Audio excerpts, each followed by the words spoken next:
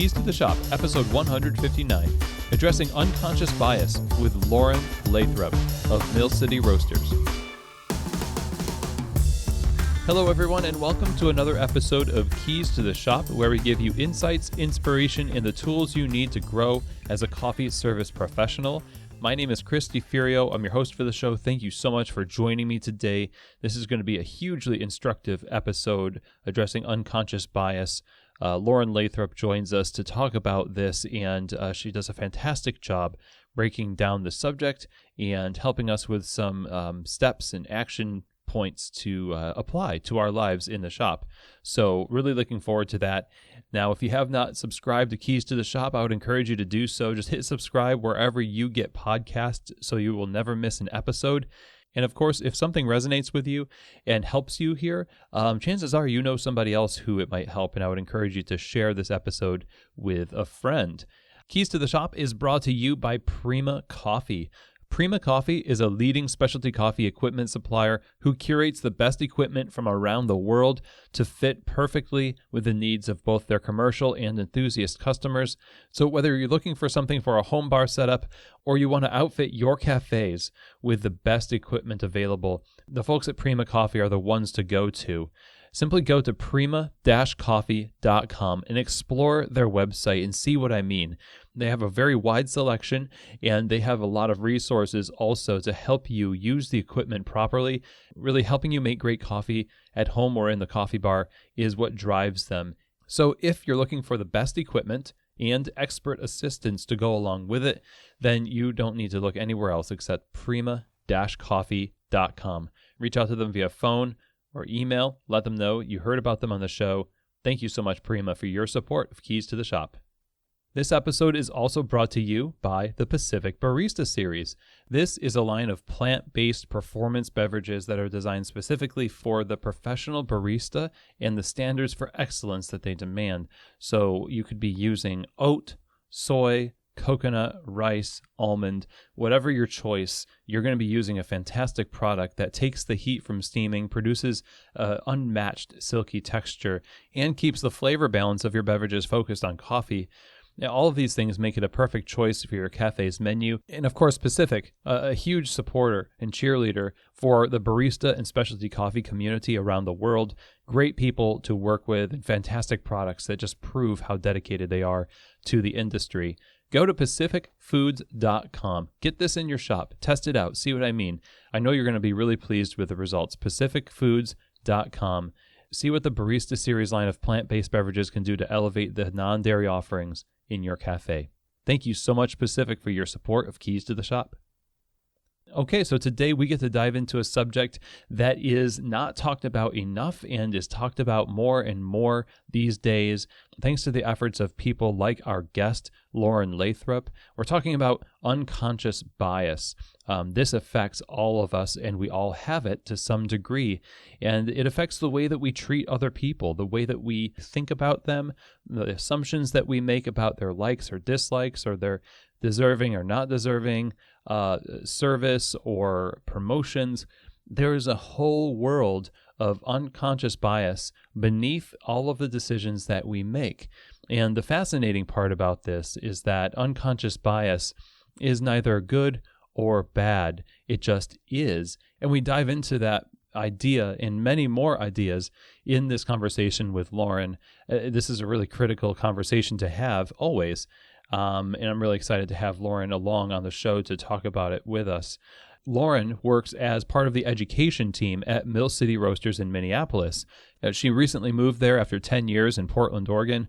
She is an authorized SCA trainer, a head judge for the United States Barista Championship, and a certified judge for both the World Barista and World Brewers Cup competitions. She has worked in the coffee industry for over 12 years as a barista, assistant manager, a retail coffee educator. She has also competed in barista competitions, earning a spot in the finals at the 2012 Northwest Regional Barista Competition. And now she serves as the chair for the US Barista Competitions Committee and has developed a number of new training programs for competitions, including an unconscious bias training for judges. And that is kind of where we pick up in this conversation with Lauren, talking about the evolution of that particular training, and then extrapolating the concepts in that training and the ideas of addressing unconscious bias to the shop, customer service, and in other places within the store. And of course, this conversation is a starting point. It's a great primer for the topic.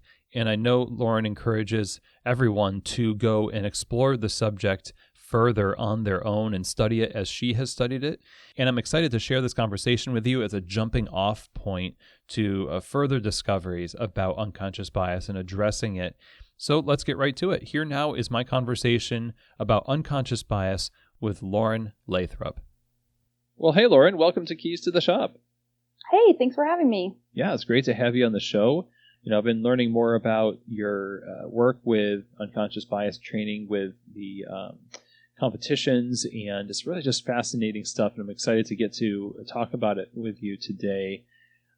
So honored to have you, and I'm interested to sort of kind of dive in and figure out like what your history is or your background in coffee and how exactly you came to spearhead this effort to calibrate for bias in competitions and in businesses. Well, first off, I should say that spearhead is a strong word. I'm definitely not leading the charge by myself, but I have taken a little bit more of a leadership role, certainly for the past competition season. That was our 2018-2019 season. But the conversation really started a long time before that. So I joined the US Barista Competitions Committee in 2015, I think it was 2015, but I was on the committee for a little while, and we had started talking about this unconscious bias conversation, which is something that actually takes place at the world level event.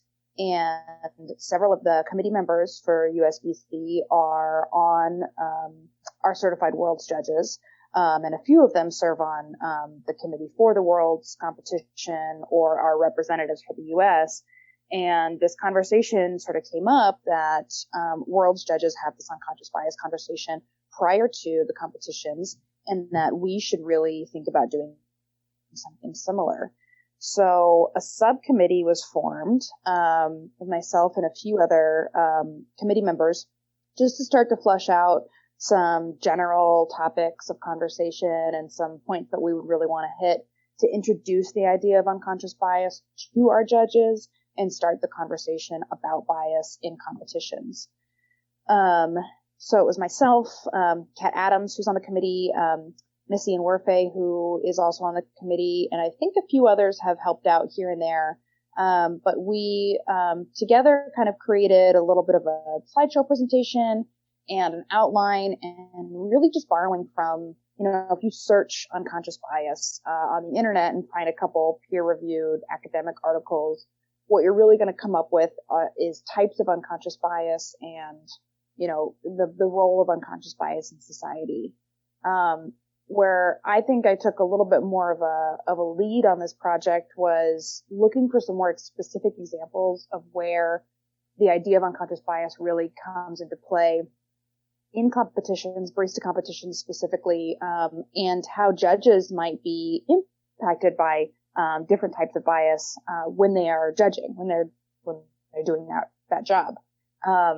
So that is where the presentation sort of went, and I want to emphasize this at the interview, but I always emphasize this at the top of my presentation to judges by saying I'm not an expert in this. My degree is in art studio.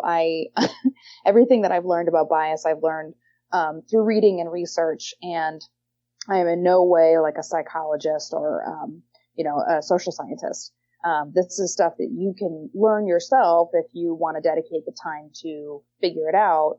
But what I'm presenting are just really ideas that I have found and that I've tried to kind of boil down to make them a little bit more digestible for others.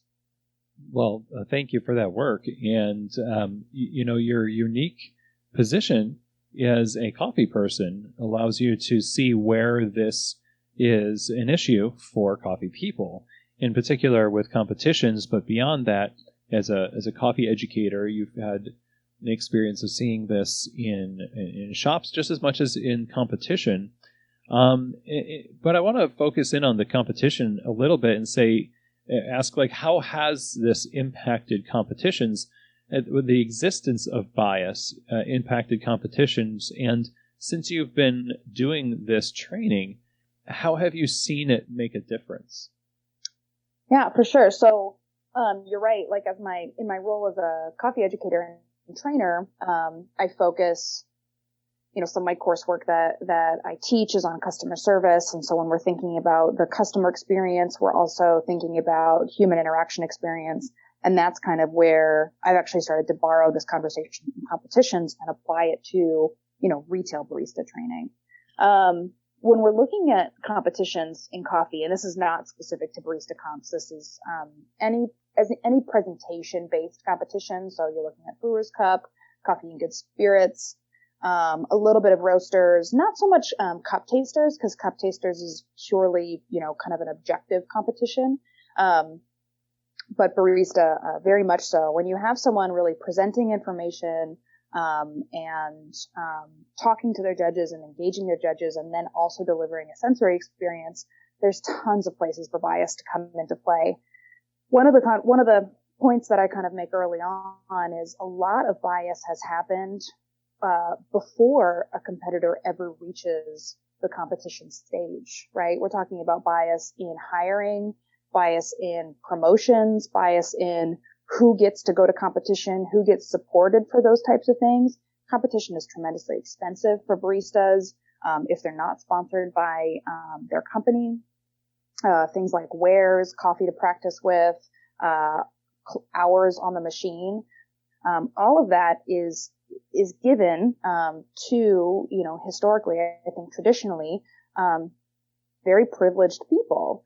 And whether that's just the type of person in the shop who sort of speaks up the most and says, I want to do this and I want support with this, or the type of person who kind of has the personality trait that a cafe owner or a manager, through their own bias says, oh, they will be good at competition. We will support them, right?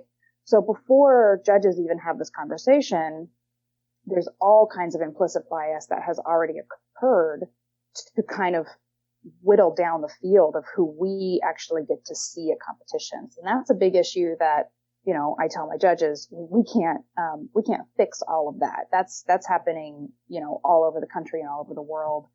As part of a larger issue. And that's where we see a lot of bias, that we then have to deal with things like gender, race, age, and ability, basically a lack of diversity being represented at competition. And that lack of diversity, I don't think, is representative of the true diversity that exists within our industry. That's kind of where our conversation starts, is like, look, we're not even starting with the general population of every single person who works in the coffee industry. We're already starting with this very selective group of people who have made it this far. Whether it's a qualifier or a national event, they've already had to, jump over some tremendous hurdles or have been given access to these events. And we have to kind of recognize that and acknowledge that. So when it comes to our job, which is to, experience these presentations and assess them critically and assign the right scores to describe the quality of the performance and the extraction of the coffee. We also have to be aware of the biases that we are being affected by, and those are all the same types of implicit bias that exist out in the world, in every workplace, in every school, in every social situation. We have implicit bias, and those can be physical traits about a person, as I said before, their gender, their age, their size, their ability, their perceived race or ethnicity, and they can be things that are a little bit more kind of farther beneath the surface or not immediately recognizable.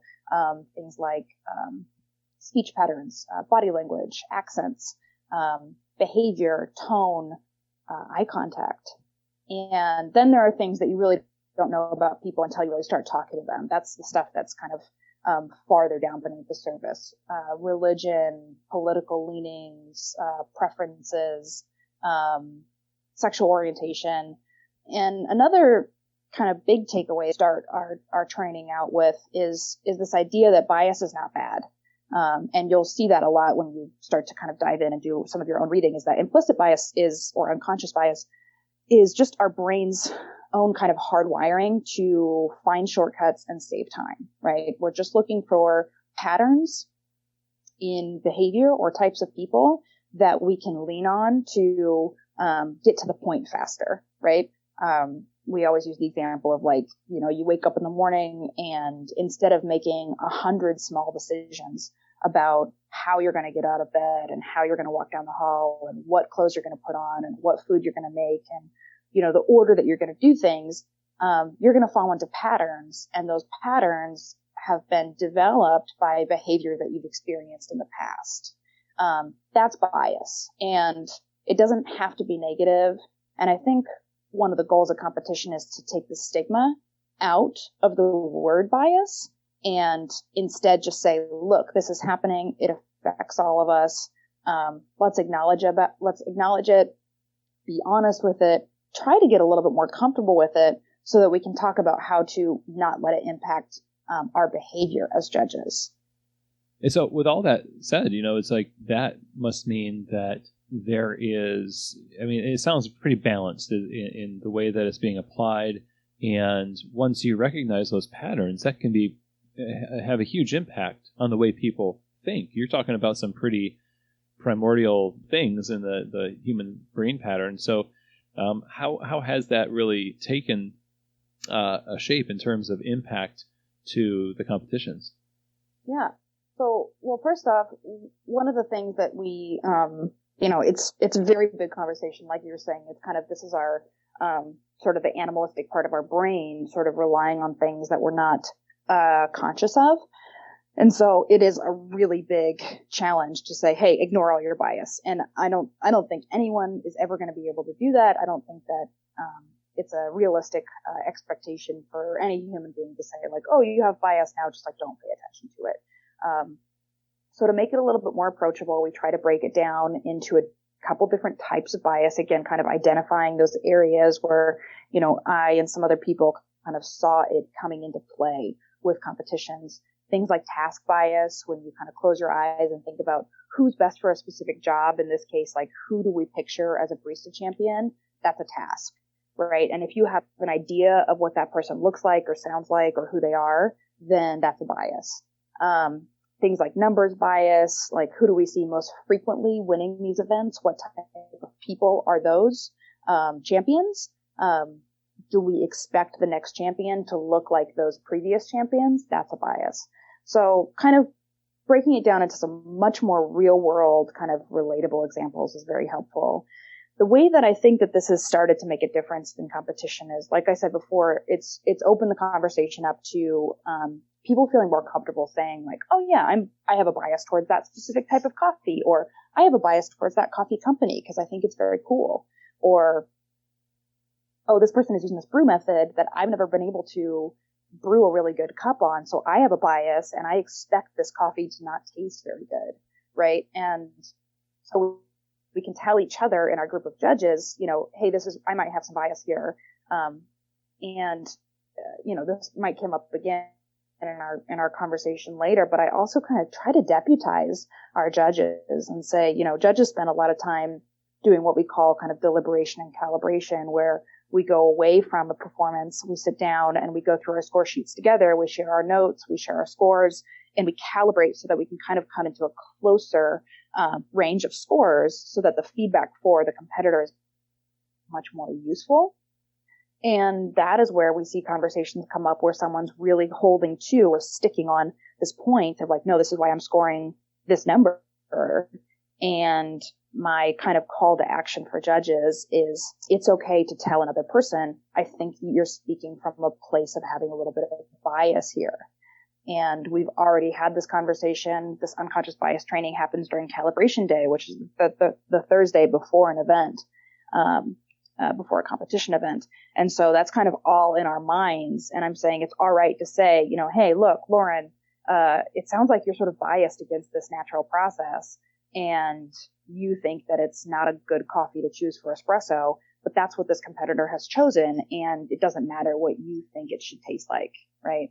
And then in that conversation, hopefully I'm open enough and flexible enough to hear that and not be offended by that and say, oh gosh, I think you're right. I might be biased about that. The other thing that I think has been really, really helpful over the past 2 seasons is our preliminary events. The idea of prelims was to lower or remove some of the boundaries that competitors have to competitions. Things like a ton of travel, really far away from their shops, a lot of time away from work, unpaid time, providing their own coffee that they might have to pay for or ask their company to pay for, gathering a huge, box full of wares that they have to be responsible for. Preliminary events are meant to be closer to where you live, and the host is meant to provide all the things that you need to provide. So if you want to be a barista competitor and you don't right now have the support for that, or you haven't asked for the support for that, you're supposed to be able to show up to prelims and just only with your skills as a barista be able to participate. And we've been doing that for 2 years. Last summer was our 2nd year. This coming season will be our 3rd year of prelims. And already through that, we are seeing more diversity at competitions because people who would not have previously even really tried to participate or been able to participate have gone to prelims. They've done well, often finishing in the top 2 or 3 at their local event.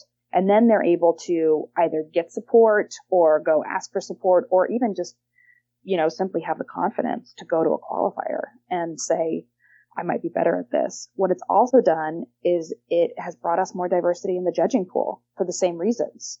We've had more people show up to prelims to judge who are like, oh, I've always wanted to do this, but I've been really intimidated or it's been far away. But, this is just being hosted here at Clatch or here at Palace and I want to try. And then those judges end up being awesome. And they are, not the types of judges that we always see at competitions. And then one of the head judges team or the committee says, you were really good at this. We'd love to see you at a qualifier.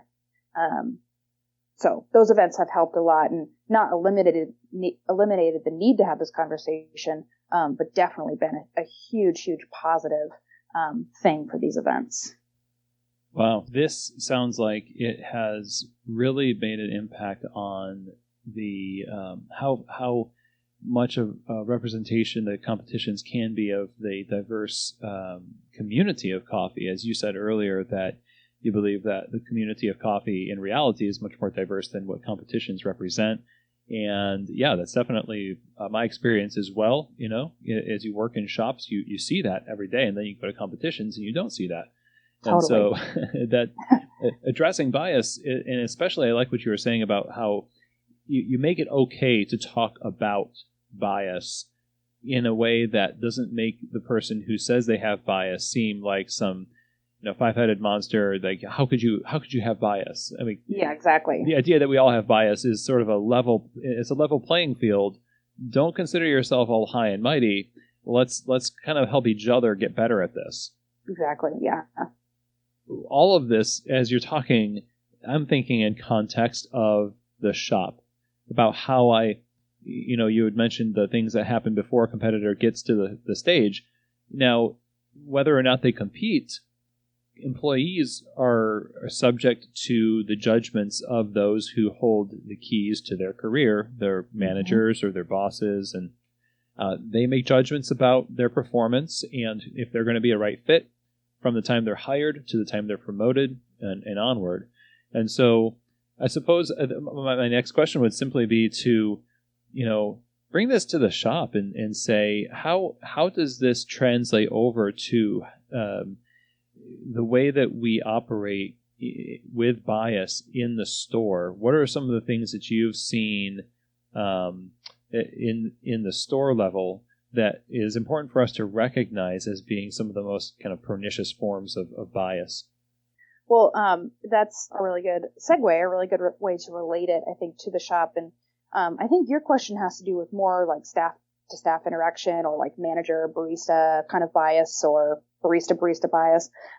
Where I have kind of plugged in with this is within this idea of customer service and bias about customers or bias about different types of service. And I think that, I think you can kind of blow it up to expand it beyond that. But earlier this year, I was approached by one of the sort of programming managers at Buckman Coffee Factory in Portland. And she had heard about a few different types of trainings that I was doing. I think it was right after the Small Changes, Big Impact presentation that I did with Pacific Foods in Denver. That was an event where we just talked about how you can make little changes in your daily behavior, say, for instance, as a roaster, making small changes in your roast to make a big impact on the quality of your coffee. And my panel was about making small changes in customer service interactions to make a big impact on the experience that your customer has in the shop. And so Stephanie from Buckman Coffee Factory had approached me to ask me if I would give that talk at Buckman to an audience. And I said, I'd be happy to, but I have this other idea too. And I asked if she would mind if I kind of tried it out on this audience as kind of a guinea pig sort of scenario. And this idea was, I think I can take this customer service conversation, and I think I can bring in a lot of this idea about bias, because it's something that I wasn't including in my customer service training before, but I think is very closely related. And it's this idea that we make assumptions about our customers, we make assumptions about what our customers want, and based on those assumptions, we act a certain way. And I think that sometimes works, but a lot of times doesn't work, and ends up causing us to provide really bad customer service. That's one way that bias happens in a shop when we, going back to this idea of task bias, right? Who do we picture as being a coffee aficionado or someone who's really interested in the seed to cup story and wants to know the farm information, the wash information, and my parameters for the double shot for that day, right? A lot of people, and this is really specific to Portland, which I'm not trying to dog on Portland because I don't live there anymore, but I've lived there for a long time. I served coffee in Portland for a long time. And I would see this happen in shops where I would go in maybe with a male friend, or I would be at a shop and a male would order. And it's a specific kind of guy, like a coffee guy, maybe a beanie or a beard or some tattoos or something. And he would order an espresso or a coffee, and the barista would say, oh yeah, do you want to hear about this? It's Finca this and that. It's at this elevation. It's this really exciting coffee. I love it. They would get it and they would be fine. But then the next person in line who didn't look like that kind of coffee guy would order something similar, and the barista would go like, yeah, it'll be right up. And it's like, how do you decide who gets that information, right? Like, that's a bias. And I experienced that firsthand. Baristas, I don't expect baristas to know who judges coffee competitions, but of all the people who wants the information, I'm that audience, I'm ready for that information. I know how to listen to it and be excited about it and then apply it to my expectations for what the coffee's going to taste like. But it's something that was brought up too at the Black Coffee panel, in April of 2017 following SCA in Portland, where one of the panelists had said, people don't tell me where that coffee came from because they assume that I don't want to know, or that I don't, or that I'm not, a coffee person, or that I wouldn't understand it. And that's a bias about race that exists in Portland. I know that it exists other places in the U.S. And it is devastating to customer service experiences when we let those assumptions change the type of service that we give to people. Yeah, that's a great point. And I'm just going back in my mind as you're talking about the way that I interact with customers, back to the idea that bias is based on that brain making things easier, trying to save energy. Do I want to give the spiel about coffee to everybody? No, just the people that I think are going to be into it, and that bias needs to be addressed. I might be super casual with somebody. Yeah, this is a real benign form of this. If they're really casually dressed, I might be a lot more casual with them at the register. Totally. If they're super well dressed, I'm going to be a little bit more do you own the business next door? Because I'm just going to make the coffee way more professionally. It's almost like I'm not even thinking about it, but my behavior belies that. Yes. And so we definitely, I don't have to say, we are just in that mode kind of all the time. And so you took this customer service based bias training presentation, and I wonder how did people respond to that? Is it similar? Did they kind of reflect on their service experiences and say, yeah, I actually do that sometimes? Yeah, totally. It was I had a tremendous response. Like the audience that was at Buckman were just the perfect people to try out this conversation on. They were totally open to it. They were really excited, I think, to like have this discussion. And, as a trainer, I always want to incorporate, discussion and audience feedback. And I like to see the hands go up and to ask people like, has that ever happened to you? Or, when have you experienced that? It's easier in a classroom setting because you're with a smaller group of people that you've maybe been spending the day with, or maybe you work with. And so you're more comfortable saying like, oh yeah, one time this happened to me. But when you're just doing a talk, at like 6 o'clock on a Tuesday, all these people kind of wander into a room together, and then you're like, hey, someone tell me about a bad service experience that you've had. And it was like crickets. So, I changed my approach a little bit by just asking about, red flags and, green flags, basically like what really turns you off during customer service, interaction. Like what would make you like not go to a place anymore? And just asking for like little quick, like, oh, when people are really short with me, or oh, when people don't make eye contact, or when people hurry me at the register, I hate that. And I was able to get some of those comments. And then we were able to start applying that to like, okay, what kind of bias do you think might have been at play there? And, even just asking in the room, like, hey, do you think that you've ever been a victim of bias? Do you think that anyone has ever made an assumption about you based on your appearance, or based on what drink you were ordering, or based on, who you came in with? And do you think that changed the way that they treated you, or the way that they provided service to you? And everyone, most of us could say like, sure, yeah, like, I'm a woman, I'm of a certain age, I'm like obviously queer, like I have a lot of things, I think physically or on the outside that I'm like, sure, I could be a victim of bias because of that. And then the next question was like, okay, well, have you ever done that to other people? And that's much more vulnerable of a place to like ask an audience to go. But just like you said, it's like, sure, if someone's dressed in a business suit, holding a briefcase, ordering on their phone, which, you might not automatically assume that person is kind of rude, but you're definitely going to treat them like they are in a rush, that they have somewhere to be, and that they expect a certain level of professionalism. But we can't always know. And one of the things that I say too, like when I'm trying to destigmatize this idea about bias, is that, I use these shortcuts, for good. Like I think a lot of us would assume like, oh, if I'm using bias, that it's because I'm trying to judge people, or I'm trying to like make assumptions about them that are negative. And I think that when we're finding these shortcuts, we're finding them in an effort to make stronger connections faster, right? Like if you look like a person who's really going to be into like X, Y, and Z, and I have a bunch of friends who are into those things as well, then I'm going to lean on that bias, and you're going to feel like more of a friend to me. And we all have like regular customers, and people who come to our shops all the time, who I think it's fair to say like we really love, or like we think of them as part of our community. And so we're looking for those cues in new customers to say, oh, you're more like this other customer that I have, so I'm going to give you this type of service because like we're very close, we're very casual. So I'm going to like joke with you about,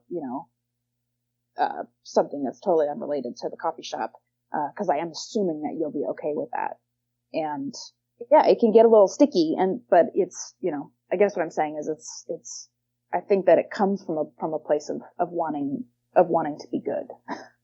That's such a great point, because that's motive. Like, what is your motive in this bias? And if you can get control of this idea, that this unconscious thing that's happening, yeah, it sounds like you could use it a lot more effectively and not accidentally, stereotype people to their detriment, or just purely out of selfish motive to withhold service or whatever.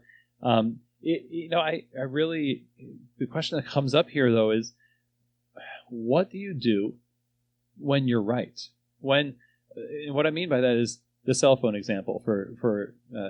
We all hate the cell phone at the register, and my assumption is you're not ready to order, or it's hard to push that part of my internal dialogue down when I'm confronted with that. When is it bias that needs to be addressed, and when is it just observations that are just what they are and not something that needs to be really investigated as bias? Yeah.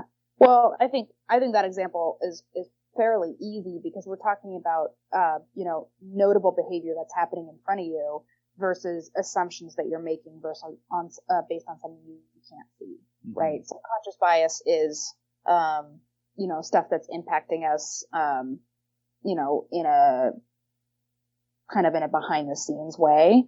Like if someone walks up and is rude and calls me an unflattering term, or won't get off their phone to order, I can be like, yeah, this person's kind of a jerk, and like I'm not gonna bend over backwards to provide them with great service. I worked in downtown Portland for a long time, for many years, and we were next to big banks, big, really expensive hotels, high-end clothing stores, and you would have that type of customer who was just who kind of treated service personnel like they were beneath them, and they didn't really need to be polite or be gracious or be respectful towards us because we were just there to give them coffee, and I don't think that being short with that type of person, or, even saying something like, I'd be happy to help you when you get off your phone, or even something a little bit more, passive aggressive, which I always love to say, like, oh, do you need more time? Oh my God. Do you want me to come back to you when you're ready to order? But, that's based on behavior that person is exhibiting, not on behavior that I am projecting onto them, I think that the bias or the assumptions that we make are much more coming from yourself, the perceiver, and you're applying them to that person in front of you, and not really the other way around. Does that make sense? It makes a lot of sense. It comes back to sort of the way that you want to treat employees, in that you really can't address something that's not manifested in actions. Yes. Whether it's verbal or what they do on the bar, and you can't sit them down and say, hey, look, you have to stop believing this way about the way we do business. You can't do that. Yeah. Change this behavior is much more concrete. It's more different. And it eliminates, or at least it doesn't create a scenario where somebody believes as easily that you're doing something out of bias toward them. It's actually identifiable behavior. So this rings completely true. And that comes up all the time in competition. There's something called clarity bias, right? Where we are subconsciously wired to kind of fill in the gaps if gaps have been left in our understanding. If we are unclear about what someone meant by something, or if someone did say or didn't say something, then we try to tell ourselves like, oh, here's what they meant, right? To provide more clarity. Yeah. And that clarity that we will build for ourselves is based in bias. And so we always say to judges, you can't judge what you think they meant. You can't judge what you think they were feeling. You can only judge what they said or what they did. A good example is a competitor spilling a bunch of water because their hand is shaking, and then trying to clean it up and being really clumsy. Well, the comment that we take off the score sheet all the time is competitor was nervous. And it's you don't know if they were nervous or if they just had too much coffee that day or if their hand just shakes. You don't know what is causing that behavior. The note that you can write is, spilled water, created a mess in front of my place setting and didn't clean it up.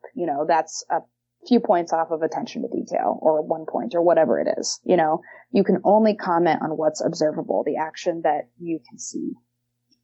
So here we are talking about the way that this manifests in lots of different contexts, and I'm sitting here thinking, what do I do about it? practically day in, day out, I'm going to be faced with the same issues. But what are some behaviors that I can engage in to help sort of interrupt that pattern long enough to calibrate for those biases and not make them so much a part of the way that I make decisions, whether it's like in competition or in the shop, wherever? Yeah, I think that's a great question. So one of the things that I really encourage when I'm talking to store managers, shop managers, or owners about all the time is you have to have systems in place. Employees, no matter where they're working, they want guidelines, right? Like if you know what your job is, if you know what your role is, if you know what your expectations are, then you know how to do it well, right? But if things are really unclear and expectations aren't set and there's really no guidelines and you have to make it up on your own, then how do you know if you're doing a good job? How do you know if you're being successful? How do you know what needs to be changed? So, and then when I talk to baristas about, reasons that they have left the shop or don't want to work somewhere anymore, a lot of it is because there's unclear channels of communication to management, or they don't get enough feedback about, what they're doing well, or they don't know what they can improve upon to get like a promotion or a raise, for instance.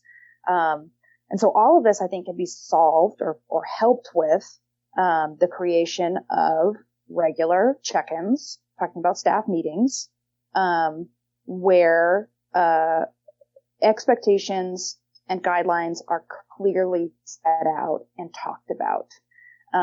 People have staff meetings all the time about this new menu item is coming up. Here's how to make it. We're rolling out new hours. We're going to close at 6 from now on. This is the game plan for the summer, whatever it is.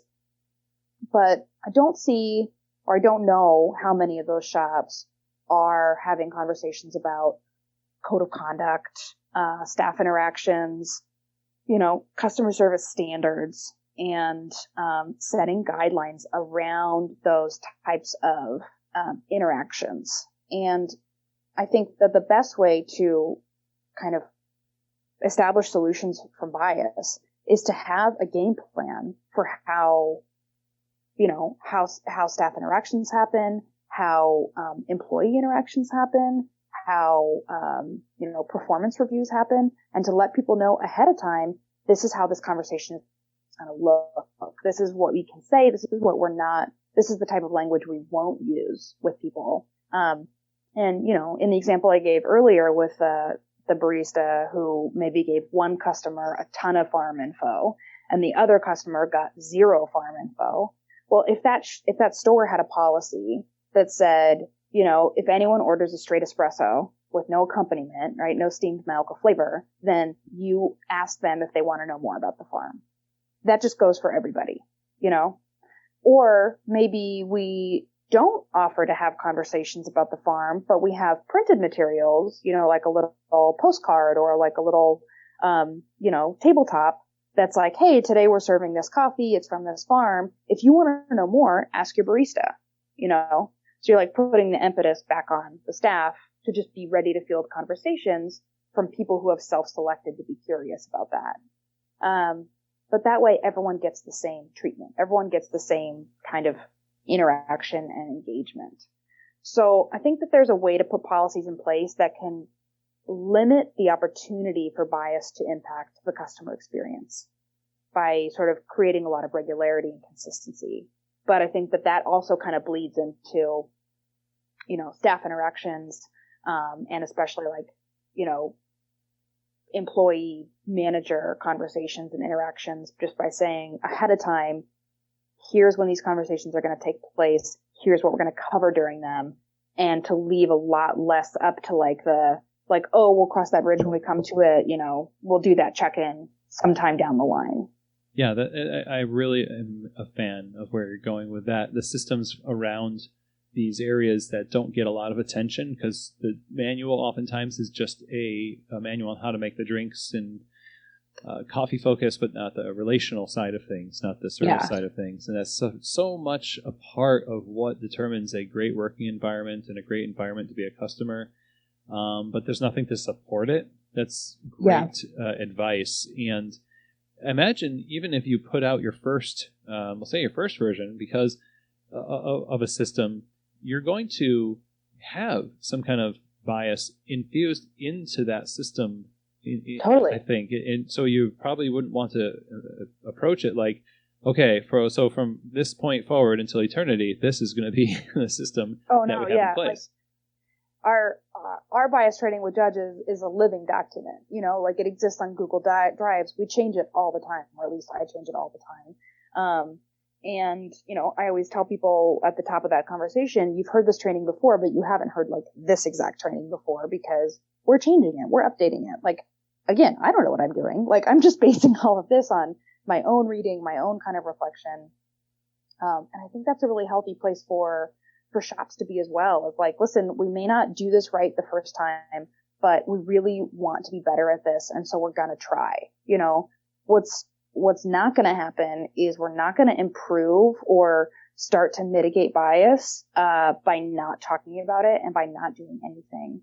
And I've heard this feedback at competitions too, because I am not too proud to admit that this training has backfired on me in a big way, where it has created some challenging situations, regarding judges and competitors. And that feedback has kind of come back to me and said, well, like, oh, the unconscious bias training made us feel like this is how we had to act. And I was like, oh man, that's not what I meant. Or that's not what I wanted to come out of it. So we need to change it and we need to update it and we need to kind of learn from that. And I think that again can happen in a shop all the time. When you have that staff meeting, if it's once a month or if it's every other month or if it's quarterly, and on the agenda of the staff meeting is recipes and policies and, who hasn't been doing their side work enough. You also need to include, a roundtable discussion of some difficult conversations you've had to have with customers and listen to your coworkers as they share opportunities, or basically failures and successes with those types of conversations or those types of interactions. And I remember doing this as an employee, as a barista downtown, and saying like, how are other people handling this question? Because I'm really struggling with it, and I haven't figured out a good way to share this information with customers yet. And just, as a team, we kind of come up with a script or an approach that feels better for all of us, Yeah, that's a great platform. Creating a platform for discussion within an organization. Like, there's not a lot of that happens. And that's the same thing that you have for judges. And the fact that you've had that experience in a coffee bar where you can have a meeting and talk about problems with other people that might be experiencing the same thing is huge. Totally. Yeah. And it's funny, as you're talking about having it backfire on you and having it dictate behavior, it made me think of, how could you possibly, implement this in your organization in a way that would backfire on you? And it would be sort of like, okay, well, you're the type of people or you're the type of staff that need unconscious bias training. Yeah, totally. Well, and I've come across a lot of these articles too. You'll find this if you Google unconscious bias, you'll find a lot of things titled like, here's the problem with unconscious bias training, right?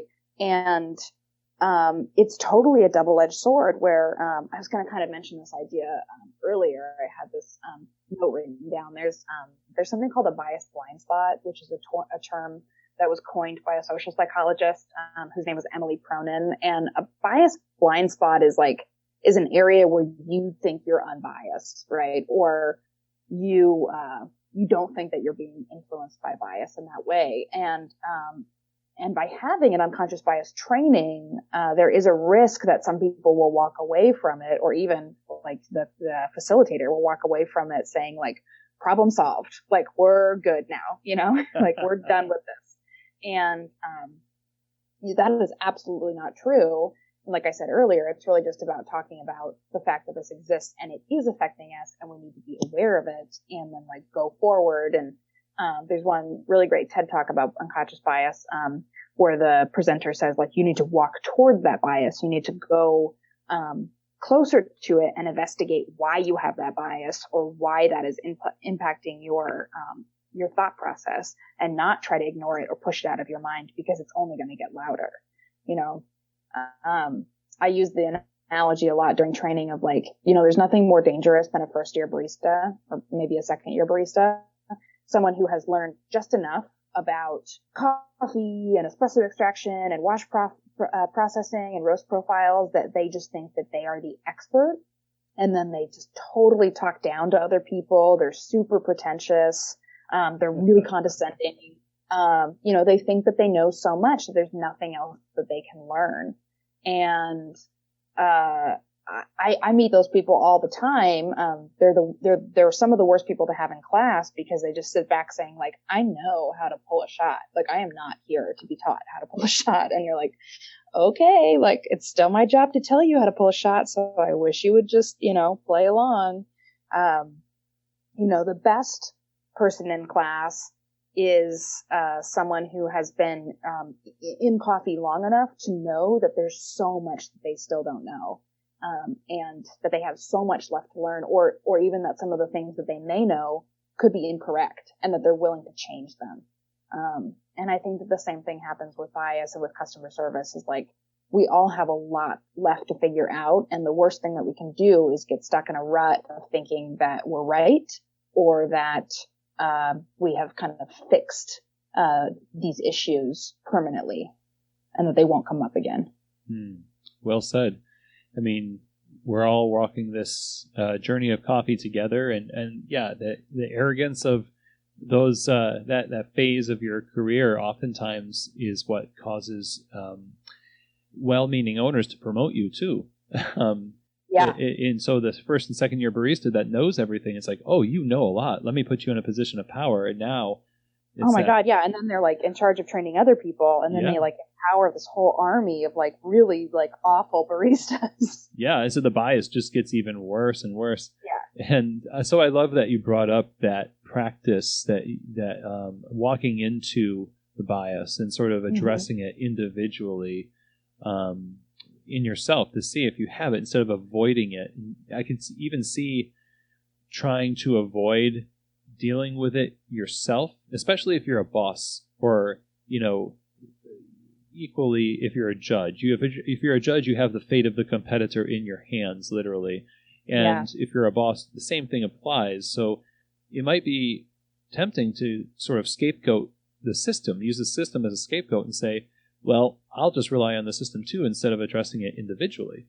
Yeah, introspection and self-reflection is a very, very hard thing to do. And a lot of times I think we think we're doing it when we're really not, because we're really not willing to admit some of our own shortcomings or our own, the role we have played in these mistakes, right? It's easier to say like, oh, this thing just happened because like, the system is set up so that I really don't get a chance to do a good job. Or like, we try to identify areas on the score sheet, using the judging example again, where bias, can more easily come up. And some of it is written into the rules, right? When you look at the rule, for an area of the score sheet called professionalism and presentation.